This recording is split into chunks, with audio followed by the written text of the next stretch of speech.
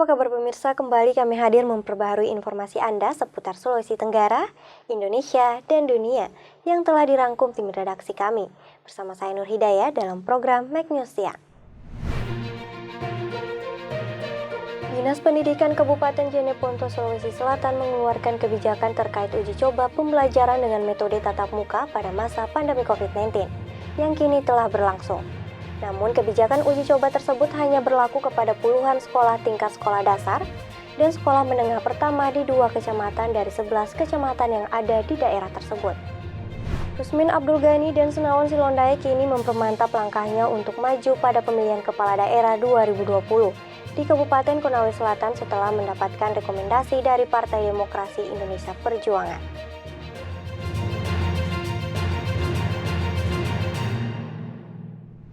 Dinas Pendidikan Kabupaten Jeneponto, Sulawesi Selatan mengeluarkan kebijakan terkait uji coba pembelajaran dengan metode tatap muka pada masa pandemi COVID-19 yang kini telah berlangsung. Namun kebijakan uji coba tersebut hanya berlaku kepada puluhan sekolah tingkat sekolah dasar dan sekolah menengah pertama di 2 kecamatan dari 11 kecamatan yang ada di daerah tersebut. Dinas Pendidikan dan Kebudayaan Kabupaten Jeneponto, Sulawesi Selatan mengeluarkan kebijakan dengan menguji coba penyelenggaraan pembelajaran dengan metode tatap muka pada masa pandemi COVID-19. Ya, contohnya apa? Misalnya lantai dengan lemari kalau kita dorong. Diizinkannya sekolah ini menggelar kembali tatap muka setelah diliburkan sejak pandemi COVID-19, karena 2 wilayah ini dianggap masuk zona hijau atau zona aman dari penyebaran virus corona. Di 2 kecamatan ini, total ada 35 sekolah dasar jenjang sekolah dasar dan sekolah menengah pertama, dengan rincian 29 sekolah dasar dan 6 sekolah menengah pertama. Sedangkan tingkat sekolah menengah atas masih menggunakan sistem dalam jaringan. Dinas Pendidikan Kabupaten Jeneponto menyebut, dari 11 kecamatan, hanya ada 2 kecamatan yang diizinkan untuk kembali menggelar belajar mengajar secara tatap muka. Sementara 9 kecamatan lainnya untuk seluruh jenjang pendidikan tetap belajar di rumah, menggunakan sistem dalam jaringan. Pasalnya, ke-9 kecamatan tersebut merupakan zona merah penyebaran COVID-19. Kegiatan belajar di dalam kelas ini dilakukan sebagai bentuk uji coba tatap muka di sekolah selama 2 bulan, dengan menerapkan protokol kesehatan. Selama berada di lingkungan sekolah, siswa wajib mengenakan masker dan mencuci tangan. Siswa dibagi menjadi 2 gelombang dan dilakukan dengan cara bergiliran guna menghindari kerumunan. Setiap kelas diisi maksimal 13 orang agar siswa di dalam kelas tetap bisa menjaga jarak fisik dengan siswa yang lainnya. Setelah Bupati mengatakan kita uji cobakan dulu sekolah yang masuk zona hijau, dan kalau ini berhasil, insya Allah akan kita buka SMP lain atau sekolah lain. Dan alhamdulillah sudah 1 minggu berjalan mulai dari awal Agustus. Tentunya kita harus mempersiapkan protokol kesehatan, terutama dari kesiapan siswa, cuci tangan di setiap kelas, kemudian cuci tangan di setiap kantor masuk, dan juga alat ukur suhu tubuh. Jadi kami sudah siapkan pintu masuk, ada Satpol PP di situ berjaga dinda. Dan saya sudah menyampaikan bahwa zona kawasan wajib pakai masker. Dan siapa yang tidak pakai masker, apapun baik guru ataupun siswa, harus suruh pulang. Nah, ini yang harus kita lakukan. Sementara itu, dengan digelarnya kembali proses belajar mengajar secara tatap muka, para siswa mengaku senang lantaran dapat belajar secara langsung bersama guru dan bertemu kembali dengan teman-temannya, serta tidak lagi menemui kesulitan belajar daring yang selama ini dilakukan. Belajar secara daring membuat para siswa kerap menemui kendala seperti gangguan jaringan dan kehabisan kuota internet. Kalau di rumah susah jaringannya juga. Karat data, kalau di sekolah bisa ketemu langsung. Proses belajar secara tatap muka selama masa pandemi ini, beberapa kegiatan sekolah dan kebiasaan para siswa ditiadakan, seperti ekstrakurikuler dan bersalaman baik saat masuk kelas maupun pulang sekolah. Pihak sekolah mengimbau kepada orang tua untuk mengantar dan melakukan penjemputan, serta melarang siswa dijemput oleh orang lain seperti ojek dan naik angkutan umum. Tidak membutuhkan sentuhan langsung oleh benda. Dari Sulawesi Selatan, Samsul melaporkan. Rusmin Abdul Ghani dan Senawan Silondai kini mempermantap langkahnya untuk maju pada pemilihan kepala daerah 2020 di Kabupaten Konawe Selatan setelah mendapatkan rekomendasi dari Partai Demokrasi Indonesia Perjuangan. Rusmin Abdul Ghani dan Senawan Silondai kini mempermantap langkahnya untuk maju pada pemilihan kepala daerah 2020 di Kabupaten Konawe Selatan setelah mendapatkan rekomendasi dari Partai Demokrasi Indonesia Perjuangan, Partai Hati Nurani Rakyat, dan Partai Persatuan Pembangunan. Walaupun tangan lahirnya kita panas, hati tetap dingin, yaitu tetap kepada masyarakat. Saya kira ini yang perlu segera ditempuh oleh tim untuk bisa segera. Dengan mendapatkan rekomendasi dari ketiga partai tersebut, Rusmin Abdul Ghani dan Senawan Silondai kini mengantongi 8 kursi pada pemilihan kepala daerah di Kabupaten Konawe Selatan. Ini adalah momentum bagaimana kemudian kita menyatukan anak Konawe Selatan. Saya kira persoalan apa hasil kemudian nanti, tetapi hari ini saya berharap Pilkada Konawe Selatan di 2020 ini kita mencatat sejarah kepada generasi kita bahwa hari ini kita sudah bersatu. Pada kesempatan yang sama, Senawan Silondai juga menjelaskan setelah mendapatkan rekomendasi mereka nantinya akan langsung menyusun strategi. Dan kami sudah memutuskan insya Allah dalam waktu dekat kita setelah sekolah partai kita akan fokus di lapangan untuk menyusun strategi dan menjalankan strategi tersebut. Karena mengingat waktu yang begitu singkat, kurang lebih 3 bulan lagi. Adapun partai-partai tambahan, kami semalam bertemu dengan salah satu kepercayaan sekjen dari salah satu partai besar. Kami diskusi dan insya Allah dalam waktu dekat juga ada keputusan, insya Allah. Taswin Tahang, Mekdo TV melaporkan. Sebanyak 30 peserta camping ceria yang tergabung dalam Explore Sulawesi Tenggara melakukan pembersihan sampah-sampah plastik yang berada di sekitar wisata Puncak Akuali.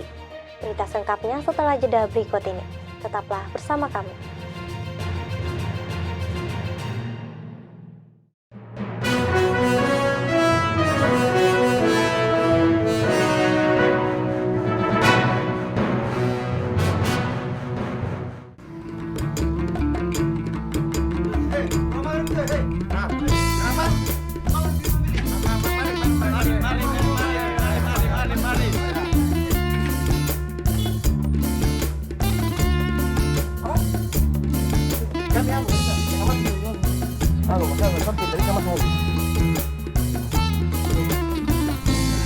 Ayo kita memilih dengan hati nurani di Konawe Selatan bergembira di pesta.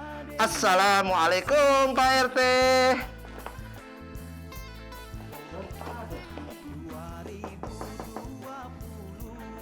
Pak RT, assalamualaikum. Waalaikumsalam. Saya ya sebentar ya.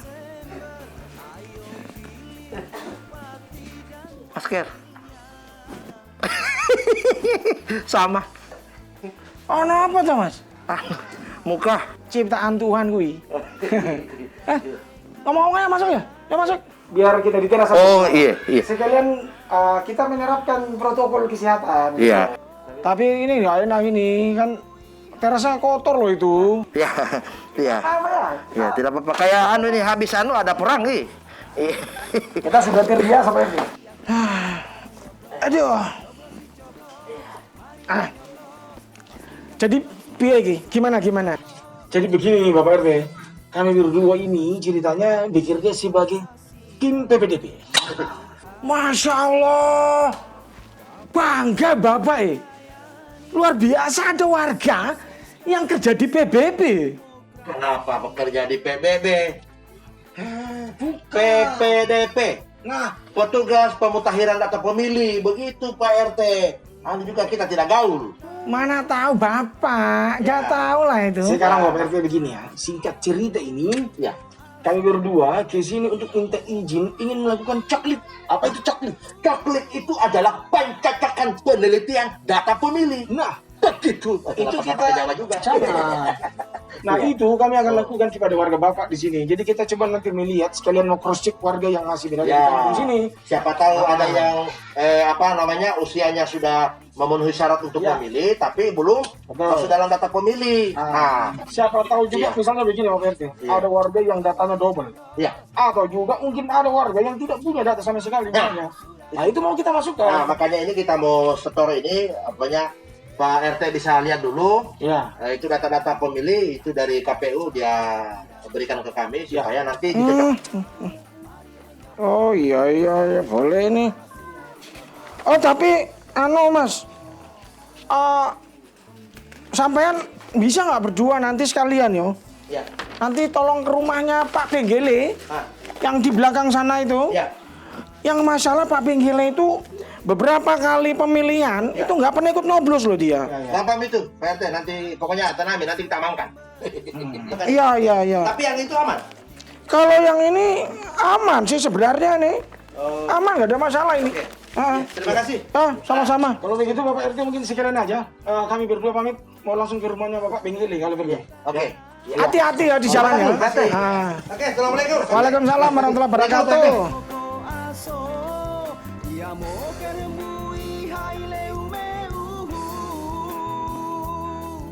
Assalamualaikum, Tante.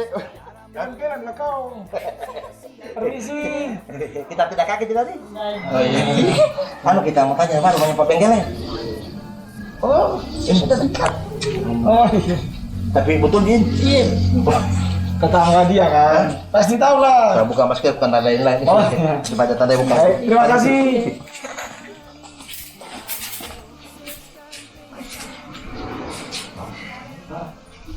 Assalamualaikum. 1, 2, 3. Assalamualaikum. Waalaikumsalam warahmatullahi wabarakatuh. Bapak Penggele ya? Ya, betul sekali. Oh baik Bapak. Kami ada biar sama Bapak ini. Mau ngobrol-ngobrol boleh sebentar Pak? Ya, silakan. Bisakah kita pulang ini? Maksudnya bisakah kita duduk? Silakan. Iya. Kasih. Kayak kursinya dokter, warna putih. Dari mana ini? Kita dari dari PPDP. Petugas pemutahiran. Waalaikumsalam. Ma, sini dulu. Duduk di sini. Ada tamu kah? Iya, ada. Dari mana? PPDP. Petugas Pemutahiran Data Pemilih. PPDP, bukan PSPP. Jadi kami berdua ini Pak dalam rangka pemutahiran data, biar nanti data pemilih itu valid. Nah itu. Kalau kita sering dengar itu dia bilang itu di televisi coklit, pencocokan dan penelitian. Oh. Ya makanya kita datang di sini.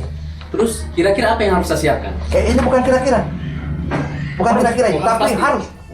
Apa itu? Jadi nanti Bapak tolong kami perlihatkan kepada kami KTP dan kartu keluarga ya. Ayo, KTP dan kartu keluarga kalau. Tapi asli. Iya, yang asli Tante. Iya. Sudah berapa rumah ini kita ada pergi coklit ini? Tadi kita dari rumahnya Pak RT juga sudah. Tapi ini juga bisa kita lihat dulu. Oh, ya ini yang bagus. Daftarnya. Itu data dari Kementerian Dalam Negeri yang di-store ke KPU. Ya, diberikan ke KPU. Oh iya. Kenapa ini cuma kami berempat ini yang ada di sini di daftar pemilih? Berapa? Cuma 4 orang. Mana ini yang 3-nya ini? Bentar. Oh iya, ini kan bertujuh mereka. Di sini cuma berempat ya? Ya, saya. Yang masuk anaknya siapa? Nina sama siapa? Nani? Iya. Udah ke Tarsan ini? Tarsan Pausan? Oh enggak, belum. Tapi ada mereka waktu pendataan KTP-nya di orang sekarang ini. Belum. Mereka belum pernah pergi merekam. Nggak, atau suket. Belum ada. Oh, dalam belum melakukan perekaman kah? Tidak bisa. Itu yang bisa dia masuk di data pemilih. Itu orang yang sudah lengkap dia punya persyaratan pemilih. Ya. Pertama itu 17 tahun atau dia sudah menikah. Tahu itu pertama. Kemudian ada KTPL-nya atau suket. Ya. Berdomisili di tempat itu, di desa itu yang bersangkutan. Begitu. Jadi kalau umpama kita punya anak yang 3 ini, saya pakai ini. Yang 3 orang ini, adanya mereka Nani ini sama Nina ini, mereka Tarsan ini, sama Rahim ini, harus lakukan dulu perekaman. Kalau sudah ada suketnya mereka, saya harus kemana? Dorang mau kemana itu supaya dorang? Langsung di store saja ke PPS. Itu sebelum tanggal 13. Oh. Tinggal berapa hari? Tak. 13 Agustus. Oh iya, nanti saya kasih tahu mereka pergi di PPS tanggal 13 Agustus toh? Iya. Karena Om, kalau dia nanti sampai apa namanya itu? Kalau pasal menyalurkan dia punya hak pilih, hak suara, rugi Pak. Karena satu suara itu berpengaruh dalam untuk pembangunan negeri ini. Bayangkan satu suara. Sampaikan aja Pak, biar lebih cepat mereka mengurus, kemudian melaporkan. Nah nanti biar datanya kami. Tapi sudah benar ini Pak, kita punya data ini. Ya benar. Jadi cuma kurang 3 itu tadi ya. Sekarang begini Om, kami yang namanya juga coklit, pencocokan dan penelitian. Jadi kami hanya melakukan pencocokan dan penelitian seperti data yang kami pegang hari ini. Nah sekarang untuk 3 orang anaknya itu nanti usahakan dilakukan perekaman. Kalau sudah ada, lapor ke PPS, nanti PPS hubungi kami. Nanti kami kembali lagi nih. Jadi kami benahi kembali nih Pak. Jadi di sini kami cuma mendata, cuma mencatat nama-nama yang masih ada di data dulu. 4. Nanti 4 orang, bapak, ibu, sama 2 anak tadi. Nah nanti berikutnya kami benahi lagi. Kalau misalnya anak yang 3 itu sudah melengkapi berkas. TPS 2 nih, TPS 2 di sini. Ya, TPS 2.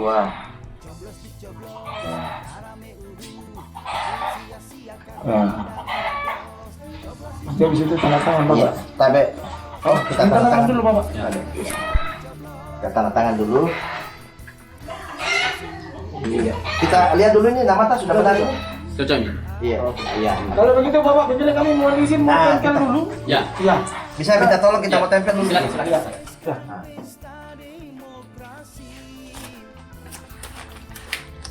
Bismillah. Oke. Udah.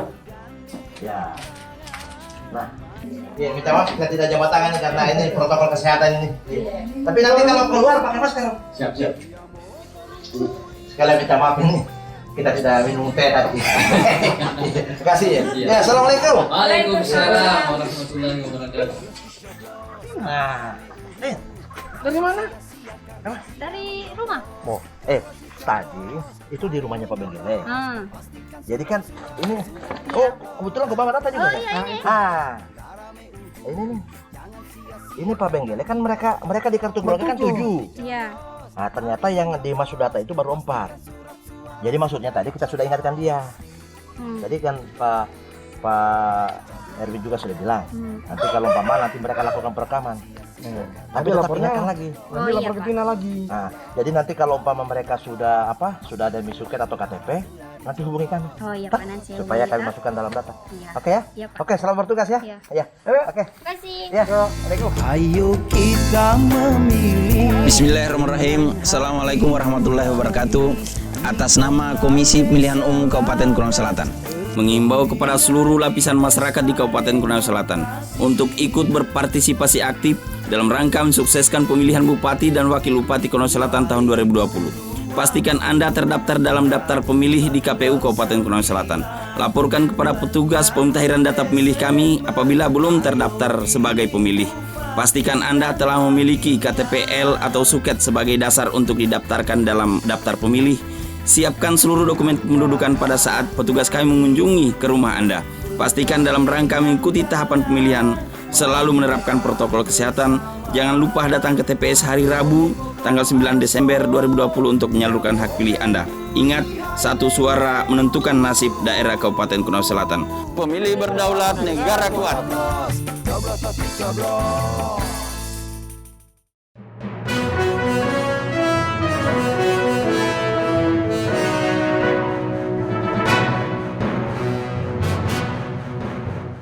Terima kasih masih bersama kami, pemirsa. Sebanyak 30 peserta camping ceria yang tergabung dalam Explore Sulawesi Tenggara melakukan pembersihan sampah-sampah plastik yang berada di sekitar wisata Puncak Ahuali.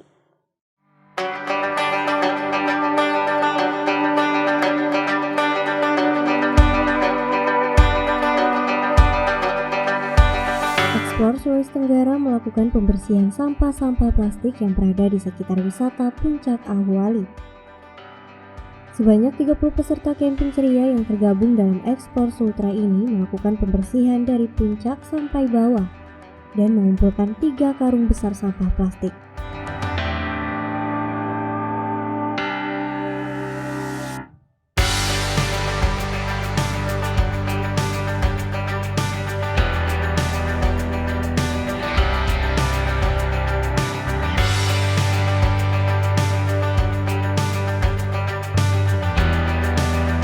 Ketiga karung sampah yang telah dikumpulkan langsung dibawa ke rumah kepala desa untuk dimusnahkan. Ketua Explore Sultra Regional Konawe berharap pada wisatawan yang hendak berkunjung ke wisata Puncak Ahwali agar tetap memperhatikan kebersihan, sehingga wisata Puncak Ahwali akan terus terjaga keasriannya. Terima kasih. Ini kami dari organisasi Explore Sultra. Hari ini kita camp di Puncak Ahwali tanggal 8 sampai tanggal 9. Adapun agenda kita sharing-sharing session, kemudian di pagi hari kita adakan baksos, yaitu memungut sampah mulai dari Puncak Ahwali sampai di bawah.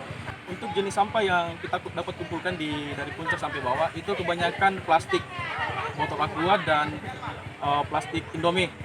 Kemudian hasil dari pungut sampah kami berhasil mengumpulkan 3 karung. Pesan saya buat teman-teman yang mendaki di Puncak Ahwali maupun bukan di Puncak Ahwali agar selalu menjaga kebersihan.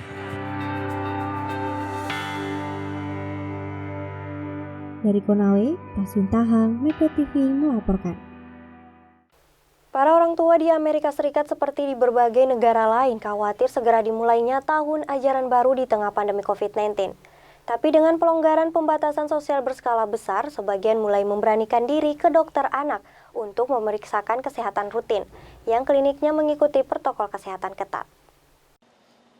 Klinik anak di Paterson, negara bagian New Jersey ini mulai membuka pintu bagi para pasien kecilnya setelah sebelumnya saat puncak pandemi, pemeriksaan medis dilakukan secara jarak jauh atau telemedicine. Ini karena pentingnya pemeriksaan kesehatan rutin termasuk vaksinasi bagi anak-anak, meski mereka dalam keadaan sehat. Teníamos que ver los niños, especialmente los pequeños, comenzamos a vacunarlos, porque por evitar una enfermedad íbamos a crear otras pandemias de las enfermedades que ya están creadas de hace mucho tiempo, y así fuimos. Pemeriksaan dilakukan dengan protokol kesehatan yang ketat. Uno de los cambios que ha ocurrido es, si usted puede observar, antes todos los pacientes walk-in podían llegar y eran atendidos, ahora solamente se atienden con appointment. La división que tenemos en la sala no podemos tener. Kondisi yang membuat para orang tua merasa aman. Pensábamos, no podemos contagiar, se van a contagiar a los niños, pensábamos todas esas cosas. Pero con toda la seguridad que ha habido, todo está bien. Siempre lo traigo con su mascarilla. Namun berbeda kondisinya dengan sekolah. Perdebatan terus berlanjut. Jika di klinik, protokol kesehatan untuk menekan perebakan COVID bisa diterapkan dengan mudah. Di sekolah, tidak demikian. Di kelas selama berjam-jam siswa berada dalam ruangan dengan lebih dari 10 teman-temannya atau berpapasan dengan puluhan bahkan ratusan teman lainnya di lorong sekolah. Seperti halnya sekolah-sekolah di Cherokee County, negara bagian Georgia, yang baru dibuka minggu lalu dan seminggu kemudian lebih dari 1.000 anak dan 32 staf sekolah harus menjalani karantina mandiri. Ini terjadi setelah puluhan staf dan murid ternyata dites positif COVID. Those numbers are a reminder that kids are not immune from this disease. They do get infected. Pekan ini Organisasi Kedokteran Anak Amerika dan Asosiasi Rumah Sakit Anak Amerika melaporkan peningkatan kasus COVID-19 pada anak sebesar 4%. Pada 2 pekan terakhir Juli, ke angka 97.000 kasus lebih. It's something that happens not when you get the infection with COVID, but a few weeks after you get infection with COVID. Menurut para pakar kesehatan anak dari 5 juta lebih penderita COVID di Amerika Serikat, sekitar 338% di antaranya adalah anak-anak. Dari Alexandria, Virginia, Yuni Salim dan tim VOA.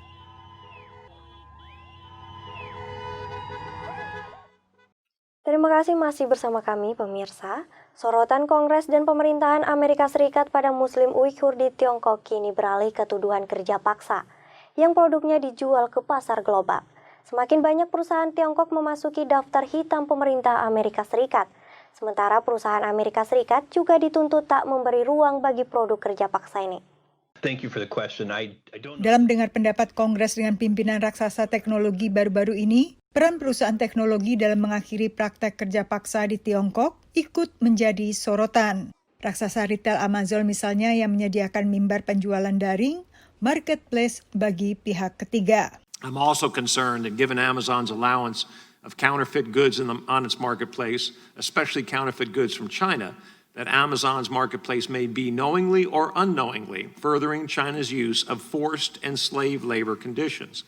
This is especially important following recent reports that at least 80 global companies that sell on the Amazon marketplace, including Nike, Starbucks, and Samsung, have ties to Chinese factories that use enslaved Uyghur Muslims. Tetapi bukan hanya Amazon yang menjadi sasaran. Anggota Kongres dari Partai Republik ini juga menuntut komitmen dari pimpinan Apple, Google, Facebook terkait produk hasil kerja paksa minoritas Muslim Uighur. Forced labor is abhorrent. I find it abhorrent as well. So I really don't want to even engage with my office half the time. Will you guys agree that slave labor is not something that you will tolerate in manufacturing your products or in products that are sold on your platforms?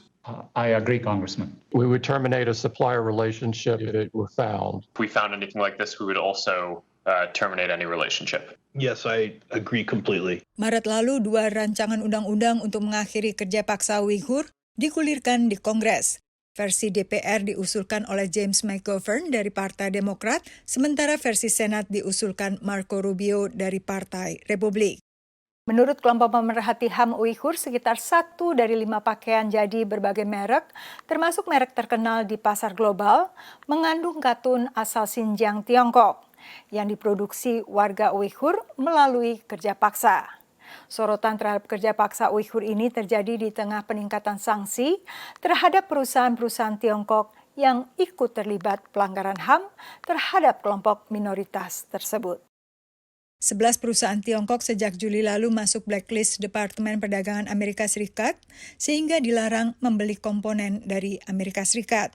So for most U.S. companies, this is something that's new on their radar. They have not been following the situation in Xinjiang that closely, but there's been a growing call for this. I think once the U.S. government steps in this way, then businesses just can't ignore it. Berbagai langkah Kongres maupun pemerintahan Donald Trump ini disambut baik komunitas Uighur. Forced Labor Prevention Act. So there are many other legislations will follow, I think. It already sent a very strong signal to Chinese authorities that the U.S. and international community are serious confronting China. Pemerintah Tiongkok menuduh Amerika Serikat menyalahgunakan pengendalian ekspor dalam pelarangan terhadap 11 perusahaan Tiongkok yang masuk dalam daftar Departemen Perdagangan. Ini adalah ketiga kalinya pemerintahan Trump memberi sanksi kepada perusahaan dan entitas Tiongkok terkait pelanggaran HAM di Xinjiang. Dari Alexandria, Virginia, Yuni Salim dan tim VOA. Informasi yang baru saja Anda saksikan menjadi penutup Make News siang hari ini. Saya Nur Hidayah dan kru yang bertugas pamit undur diri dari hadapan Anda. Assalamualaikum warahmatullahi wabarakatuh.